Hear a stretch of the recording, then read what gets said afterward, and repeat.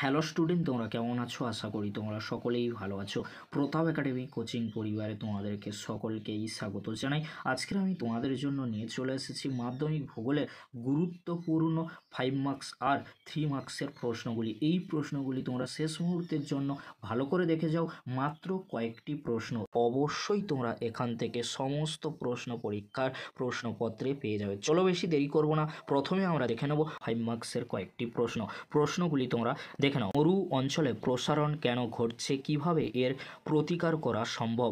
বায়ুর সঞ্চয় কার্যের ফলে গঠিত ভূমিরূপের বর্ণনা দাও। হিমবাহের সঞ্চয় কার্যের ফলে সৃষ্ট ভূমিরূপের বর্ণনা দাও। হিমবাহের ক্ষয় কার্যের ফলে সৃষ্ট ভূমিরূপের বর্ণনা দাও। নদীর ক্ষয় কার্যের ফলে সৃষ্ট ভূমিরূপগুলির বর্ণনা করো। পরিচলন শৈলক্ষেপ ঘূর্ণবাত জনিত বৃষ্টিপাতের মধ্যে পার্থক্য লেখো।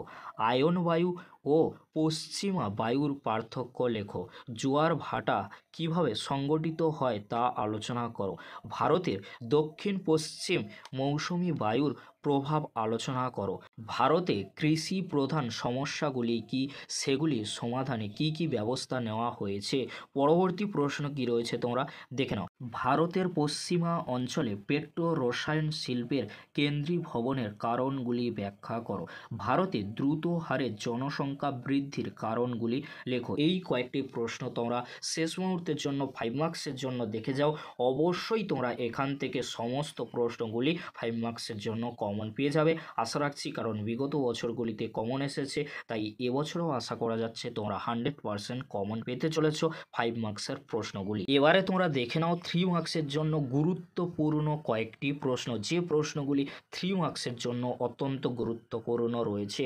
অশ্বক্ষুরাকৃতি হ্রদ কিভাবে তৈরি হয়?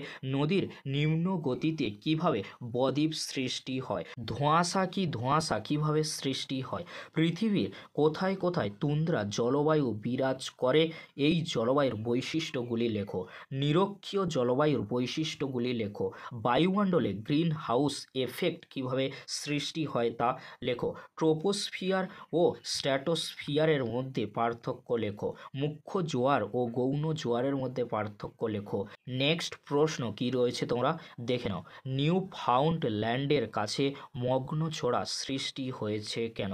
বর্জ্য ব্যবস্থাপনা 3R কথাটির অর্থ কী? কী কী পদ্ধতিতে কঠিন বর্জ্য পদার্থের অপসারণ করা হয়?